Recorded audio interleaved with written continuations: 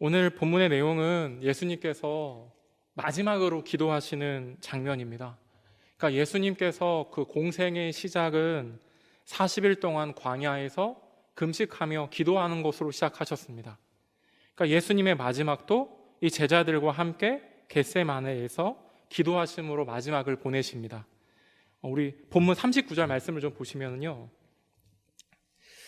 예수께서 나가서 습관을 따라 감람산에 가심에 제자들도 따라갔더니, 특별히 예수님께서 십자가에서 곧 죽으시는데 무엇을 하시냐면 기도를 하십니다.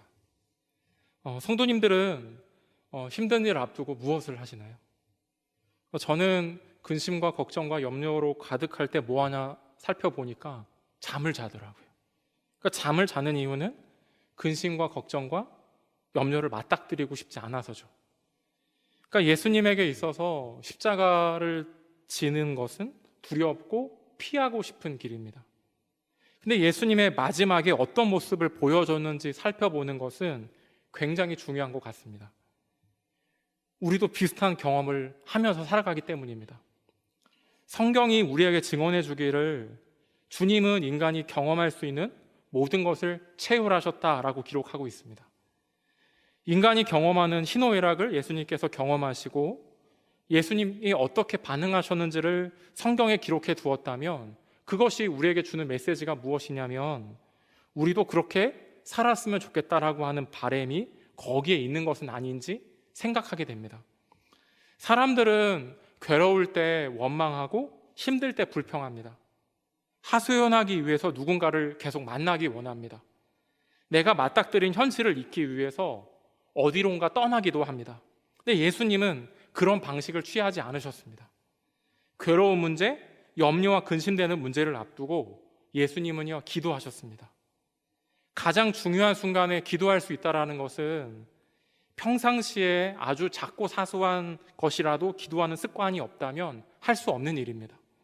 예수님은 새벽 미명에 기도하는 습관이 있었기 때문에 인생의 가장 중요한 순간에 기도할 수 있었던 것입니다. 예수님이 괴로울 때 기도함으로 나아갔던 것처럼 그 예수님의 모습을 닮아가는 저와 성도님들이 되었으면 좋겠습니다. 40절 말씀에 보면 또 이런 말씀이 있는데요, 그곳에 이르러 그들에게 이르시되 유혹에 빠지지 않게 기도하라 하시고, 그러니까 예수님은 십자가의 죽음을 준비하기 위해서 기도의 자리로 나아갔습니다. 근데 제자들의 입장에서 보면 예수님의 십자가에서 죽으시면 안 됩니다. 그러니까 자기들이 3년 동안 투자한 것이 허무하게 끝나기 때문입니다. 그러니까 제자들이 꿈꾸고 바라고 간절히 원하는 것은 십자가에 매달리는 것이 아니라 이스라엘의 왕이 되는 것입니다. 그러니까 각자의 어떤 동상이몽이 있는 것이죠. 근데 예수님은 그 제자들에게 유혹에 빠지지 않고 기도하라고 말씀하십니다. 근데 여기 유혹이라고 얘기했는데 그 유혹은 시험이라고도 할 수 있습니다. 그럼 제자들이 빠지는 유혹과 시험은 무엇일까요? 그러니까 제자들의 뜻대로 예수님이 해주시지 않는 것입니다. 우리도 똑같은 것 같습니다. 우리가 원하는 대로 하나님이 해주시지 않을 때 시험이 들어요. 누구 때문에 시험이 드냐면 나 때문에 시험이 드는데 하나님 때문이라고 이야기합니다. 그러니까 예수님이 이것을 알고 계셨던 것 같아요. 그래서 유혹을 이기도록, 시험을 이기도록 기도하라고 말씀을 하십니다. 근데 우리에게 이 기도가 필요한 지점이 바로 이 지점 같아요. 내가 원하는 뜻과 하나님이 뜻이 다를 때 하나님의 뜻을 알고 그것을 해야 하는데 하기 싫은 마음이 가득할 때 우리에게 유혹이 찾아오는 순간인 것 같습니다. 유혹을 이기는 방법, 시험을 이기는 방법은 예수님이 기도하라고 말씀하세요. 그러니까 기도는 유혹과 시험을 이길 수 있는 것입니다. 예수님이 이미 경험하셨고 예수님이 그것을 제자들에게 알려주셨습니다. 예수님이 공생애를 시작할 때 광야에서 기도하심으로 마귀가 주는 시험을 이겨냈습니다. 제자들에게 기도를 가르쳐 주실 때 주기도문에 시험에 들게 하지 말라고 기도하라고 알려주셨어요. 그런데 기도하면 시험이 사라지는 것은 아닙니다. 기도함으로 시험이 없어지는 것은 아닙니다. 기도해도 시험이 존재합니다. 그러니까 예수님이 40일 동안 기도하며 금식하셨습니다. 그럼에도 마귀가 주는 시험이 있고요. 예수님이 시험에 들지 말라고 제자들에게 가르쳐 주셨습니다. 그럼에도 불구하고 제자들의 인생에는 시험이 늘 있어요. 우리의 삶도 똑같은 것 같아요. 시험에 빠지지 않도록 자신과 가족을 위해서 기도합니다. 그런데 우리의 인생에 시험이 늘 찾아옵니다. 그렇다면 시험은 무엇 때문에 우리에게 여전히 남아있는 것일까요? 그 예수님께서 공생의 기간에 첫 번째 시험을 받으실 때 그 마귀가 와서 한 첫 번째 시험은 뭐냐면 돌을 떡으로 만들라는 겁니다. 40일 동안 안 먹었잖아. 배고프잖아. 돌을 떡으로 만들어 먹어. 그러면 배부를 수 있어. 이게 무슨 뜻이냐면 너희 몸이 원하는 대로 살아. 너의 욕망대로 살아.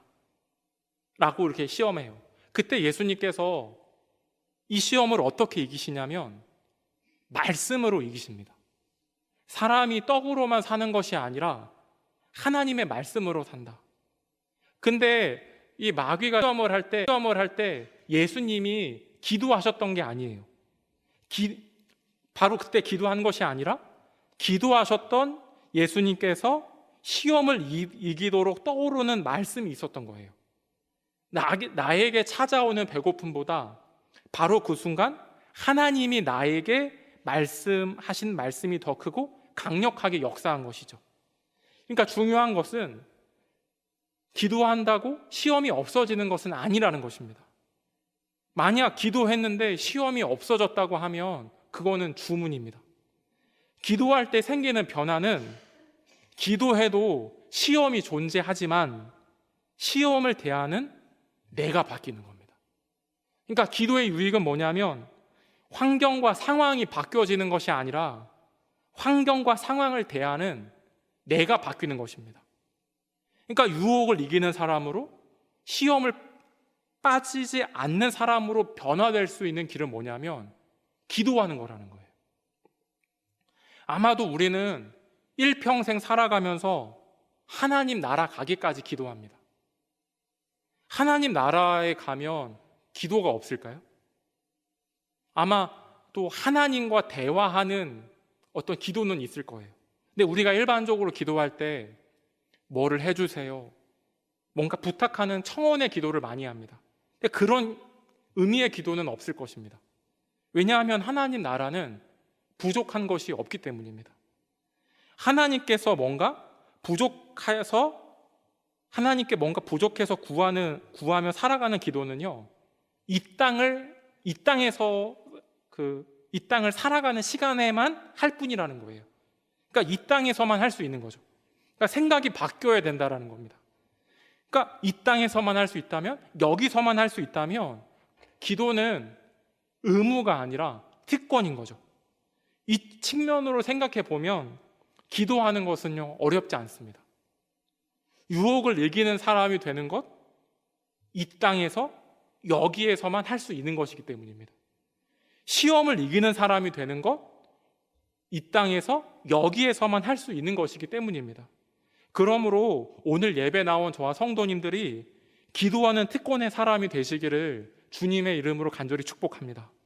그렇다면 예수님께서 어떻게 기도하셨을까요? 오늘 본문 41절, 42절에 보면 예수님이 이렇게 기도하셨는데요, 제가 말씀을 읽겠습니다.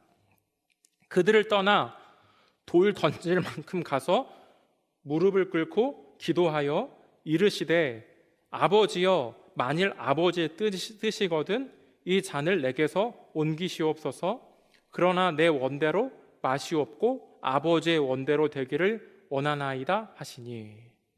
여기 예수님이 어떻게 기도했는지 두 가지 특징이 나오는데요, 첫 번째는 뭐냐면 정직한 기도를 했다라는 거예요. 정직한 기도. 여기 아버지의 뜻이거든 이 잔을 내게서 옮기시옵소서라고 이야기합니다.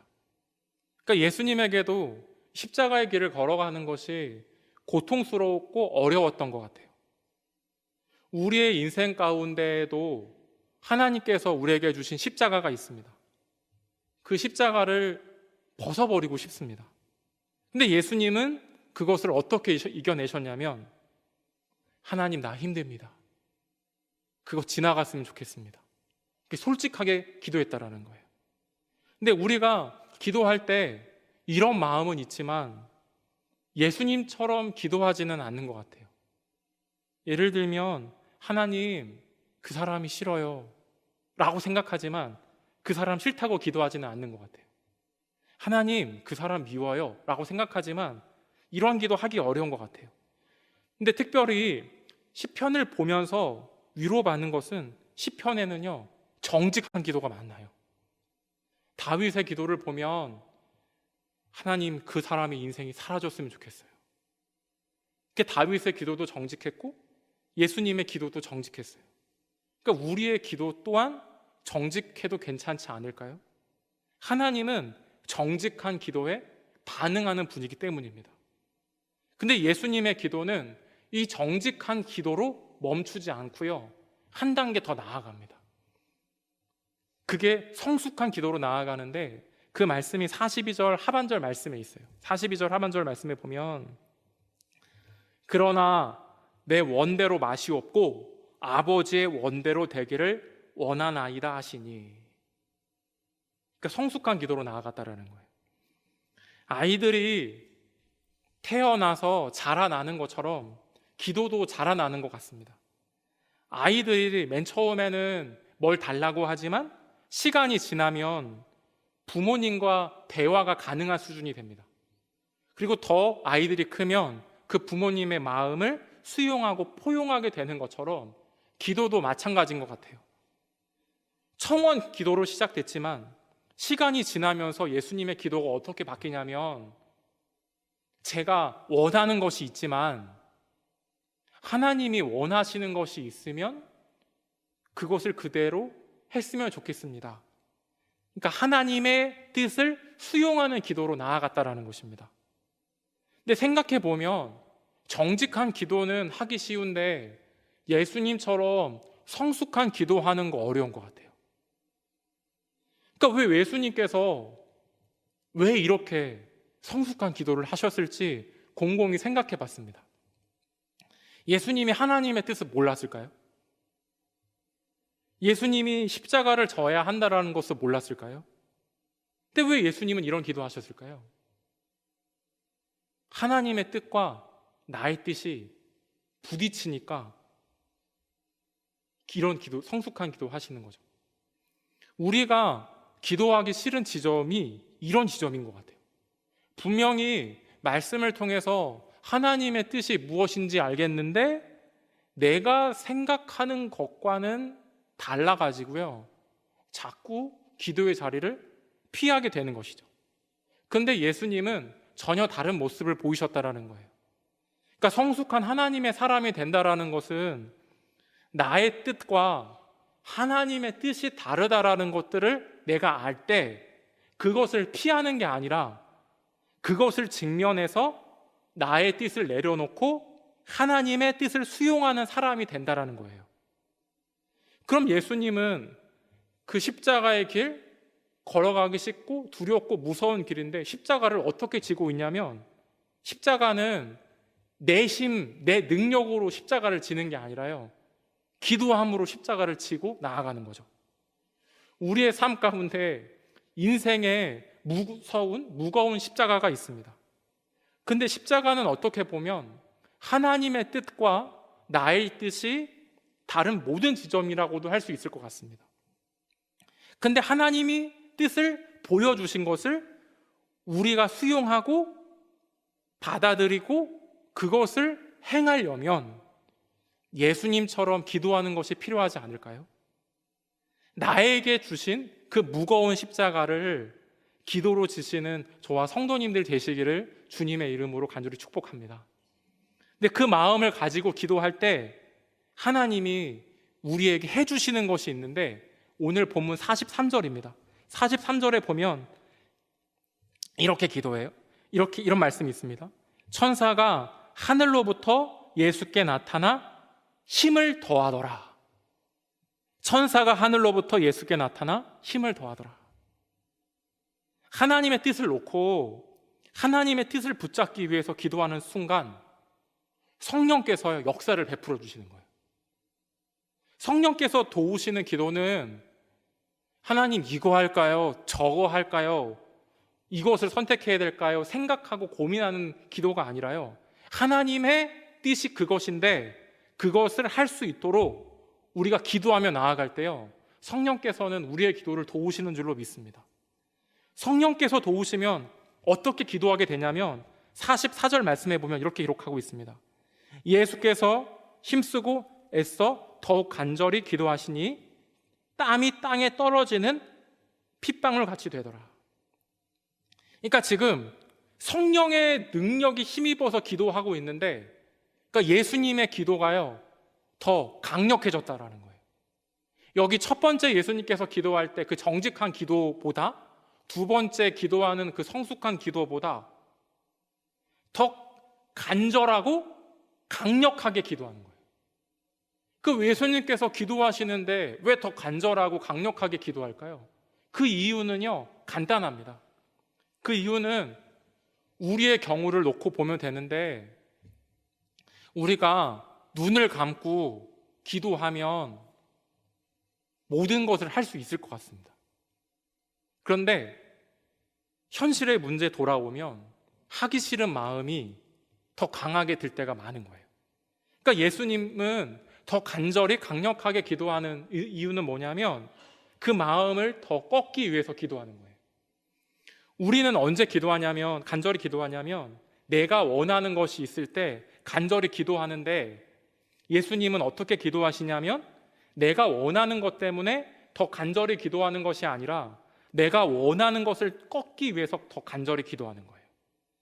그러니까 내가 원하는 것이 더 강력해질수록 하나님이 나에게 원하시는 것이 약해지기 때문에 더 강력하게 기도하는 거죠. 특별히 여기 44절에 보면 예수님께서 어떻게 기도했냐고 하면 땀이 땅에 떨어지는 핏방울 같이 됐다고 기록을 해요. 그러니까 지금 이 예수님께서 이 기도하는 시점이 그러니까 유월절 전입니다. 그러니까 유월절 전이니까 이스라엘 달력으로 보면 한 3월이나 한 4월인데 이스라엘 그때 평균 온도가 한 8도에서 12도 정도 되는 거예요. 그러니까 춥다고 생각하면 돼요. 춥다고 보시면 돼요. 근데 이 마태복음이나 마가복음에 보면 예수님께서 어떻게 기도하셨냐면 엎드려서 기도했다라는 거예요. 그러니까 움직이지 않고 차가운 공기를 맞닥뜨리면서 기도를 하는데 땀이 나고 핏방울 같이 되었다라고 이야기하는데, 누가는 의사니까 객관적으로 기록을 하는 거예요. 그러니까 이게 뭘 보여주냐면, 그러니까 예수님의 기도가요 간절한 기도라는 것을 보여주는 거예요. 또한 이 겟세마네라는 뜻이 기름 짜는 틀인데, 그러니까 예수님의 기도는 철저하게 짜내고 그 철저한 기도를 하고 있는 거예요. 그 예수님께서 왜 이 기도를 할까요? 하나님이 원하시는 일을 해야 되니까 이렇게 기도하는 거죠. 하나님이 원하시는 일이 너무나도 고통스럽고 하기 싫은 마음이 들 때 하나님의 마음대로 하면 평안할 거라고 우리가 막연히 생각을 하는데, 하나님의 마음대로 하면 불편하냐면, 그러니까 요나의 경우를 보시면 돼요. 그러니까 하나님의 뜻대로 하려고 하니까 불편해서 도망가는 거예요. 그러니까 예수님은 하나님의 뜻대로 하는 것이 편안했으면 이렇게 기도할 필요가 없어요. 근데 우리도 마찬가지인데, 하나님의 뜻을 알고 싶어 하지만 하나님의 뜻을 행하는 것은 전혀 다른 문제라는 것입니다. 그러니까 그 일을 하려면 예수님처럼 기도하게 만드는 것이죠. 그러니까 예수님의 지금 이 기도는 나의 뜻을 꺾기 위해서 반복해서 드리는 기도였다라는 거예요. 우리는 언제 반복해서 기도하냐면 나의 뜻을 관철시키기 위해서 반복적으로 기도합니다. 때로는 금식하면서 기도하고 철야하면서 기도하긴 하는데, 다 좋은 의미이긴 하는데 내가 원하는 것을 관철시키기 위해서 열심히 기도하는데, 예수님의 기도는 정반대였다라는 거예요. 내가 원하는 것을 꺾기 위해서 열심히 기도하십니다. 이 땅에 있을 기간 동안 내 뜻을 관철시키기 위해 이렇게 기도하는 것이 아니라 하나님의 뜻을 이루는 사람이 되기 위해서 이렇게 반복적으로 기도하는 성도님들이 되시기를 주님의 이름으로 간절히 축복합니다. 이렇게 예수님께서 3번의 기도를 마치시고 예수님이 제자들에게 이렇게 말씀하시는데요, 그 말씀이 45절, 46절에 나와 있습니다. 기도 후에 일어나 제자들에게 가서 슬픔으로 인하여 잠든 것을 보시고 이르시되 어찌하여 자느냐, 시험에 들지 않게 일어나 기도하라 하시니라. 그러니까 지금 예수님이 슬프게 절규하면서 기도하는 모습을 제자들이 다 보고 있어요. 그러니까 지금 예수님과 제자들의 거리는 돌 던질면 닿을 만큼 가까운 거리에 있는데 예수님이 기도하는 내용 다 듣고 있는데 제자들도 마음이 슬펐을 거예요. 그런데 제자들은 슬프기만 하고 기도하지 않고요, 잠을 잡니다. 그럼 예수님의 절규하는 기도하는 모습을 보면서 제자들은 왜 기도하지 않았을까요? 내 일이 아니기 때문이죠. 내가 죽는 건 아니기 때문에, 내 가족 죽는 거 아니기 때문에 기도하지 않은 거죠. 근데 예수님은 인생의 마지막 순간을 자기 가족과 보내지 않고 제자들과 함께 보내고 있어요. 그러니까 제자들을 더 생각해 주시는 건데, 그런데 제자들은 그렇지 않은 거예요. 근데 저는 이 모습을 통해서 우리에게 주는 중요한 메시지가 있다라고 생각을 합니다. 그게 뭐냐면, 우리는 죽었다 깨어나도 하나님이 우리를 생각하는 것만큼 우리가 하나님을 사랑할 수 없는 사람이라는 현실을 우리에게 보여주는 것 같아요. 지난주에 아이가 태어났는데요, 그것을 보면서 제가 느끼는 거는, 제가 부모가 된 거잖아요. 부모가 됐는데 이게 제가 자녀였을 때는 몰랐는데 부모님이 저를 위해서 어떻게 했는지에 대한 사랑을 아주 미세하게나마 알 수 있겠더라고요. 이 장면을 통해서 보는 거죠. 그런데 이 장면에서 그러니까 하나님이 우리를 사랑하는 거죠. 그럼에도 불구하고요, 예수님은요, 자고 있는 제자들을요, 책망하지 않아요. 뭐라고 얘기하냐면, 야, 시험에 빠지지 않게 기도해야 돼. 시험에 빠지지 않게 기도해야 돼. 이것을 알려주시는 것이 하나님 아버지의 모습입니다. 이렇게 이야기하시는 주님의 마음이 어땠을까요? 아버지와 제자들이 동상이몽을 꿈꾸며 나아가는 것이 아니라 아버지와 내가 하나님이 사랑하는 사람이라는 것을 알기를 원하셨던 거예요. 그러니까 기도해야 돼 라고 말씀하시는 거죠. 우리 모두 다 그 본문의 제자들처럼 한계를 가지고 살아갑니다. 근데 예수님은 한계 때문에 제자들을 책망하지 않고 그 제자들의 연약한 모습을 끌어안아 주시는 모습을 우리는 말씀을 통해서 다시금 확인하게 됩니다. 이러한 예수님의 모습을 기억하며 기도의 사람으로 살아가는 저와 성도님들 되시기를 주님의 이름으로 간절히 축복합니다.